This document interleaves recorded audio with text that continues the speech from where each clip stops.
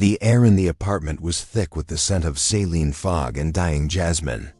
The colony of Porthaven was swallowed by humidity, its synth concrete towers sweating under the twin moons of Celis. Lyra had been gone for 3 solar cycles. 3 days where the light and gravity of his life had felt abruptly turned off. He moved through the apartment like a ghost, her side of the galley counter spotless, her nutrient recycler silent. The twin pillows on their anti-grav bed still held the indentations from their last night, but the faint, musky sweet scent of her skin was fading. Lyra was a masterpiece of convergent evolution, tall and whiplean, possessing an impossible grace. Her skin was a stunning, luminous light green, the color of fresh chlorophyll. Her eyes were large, liquid gold, holding ancient wisdom and aching vulnerability. Their biology shared common markers that made cohabitation, and even the theoretical possibility of a future, a viable reality. This possibility was the lightning rod that drew the fire of both their worlds. He ran a hand over the woven Lycerian shawl. He paused near the small high shelf above his writing station. He remembered she had spent an unusual amount of time dusting that shelf 2 weeks ago. The memory now felt sharp and wrong. He pulled himself onto the desk, reaching up. His fingers brushed against a barely there seam where the paneling met the structural support beam. He pressed and a small concealed compartment popped open. Nestled inside was the cream-colored Lycerian stationery, addressed to him in her elegant, angular script. Leo. His heart hammered. He knew she was gone, but he didn't understand. Not until now.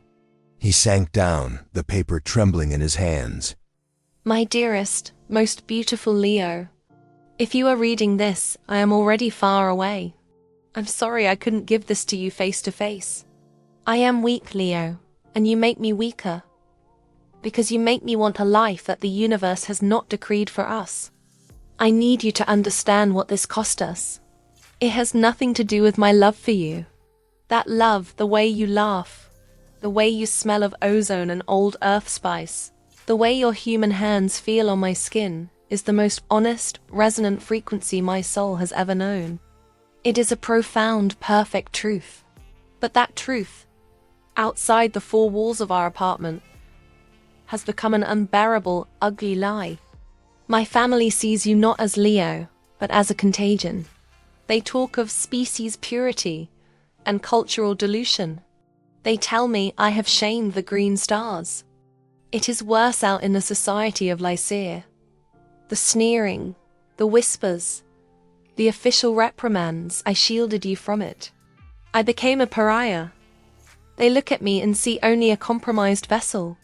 I fought for us, but the external pressure has a gravitational pull, and it has crushed me. The worst part, the reason I finally broke, is that they succeeded. They poisoned me. When I touch you now, a small, toxic voice whispers that what we are doing is wrong. It tells me that the love I feel is reckless, selfish, and dirty. I cannot live with the dissonance of that. I cannot hold your hand and simultaneously hear my entire species condemning me. I love you too much to destroy my identity, and I love you too much to ask you to destroy yours by staying with a woman who is slowly being broken by guilt. You must move on. I have not told you where I am going. It would be cruel to give you a compass when you must be truly lost to find your next course. I am returning to the void, to the places where my kind only whispers. Find joy, Leo. Find peace. Find the sweet, uncomplicated love you deserve. Every fiber of my chlorophyll-stained heart will always be yours. Forever and always, Lyra. Leo didn't weep. He felt a cold, surgical clarity descend. She hadn't left him because her love faded. She left because she was being mentally broken by a galactic prejudice. Dirty. The concept felt like a physical knife twist. He reread the final lines.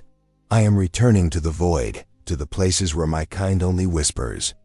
He stood up, walking to the console that housed their archive of astronomical data. Lycerians rarely communicated verbally. Only their most sacred or secret locations were referred to in vocalized, human translatable terms. He zoomed in on the local cluster, overlaying Lycerian outposts. Only one was ever referred to in the old treaties as the Whispering Place, due to its faint atmospheric resonance, the First Light Beacon, a desolate, gravity-locked station on the dark side of a dead moon. She had chosen the most remote, culturally significant exile possible.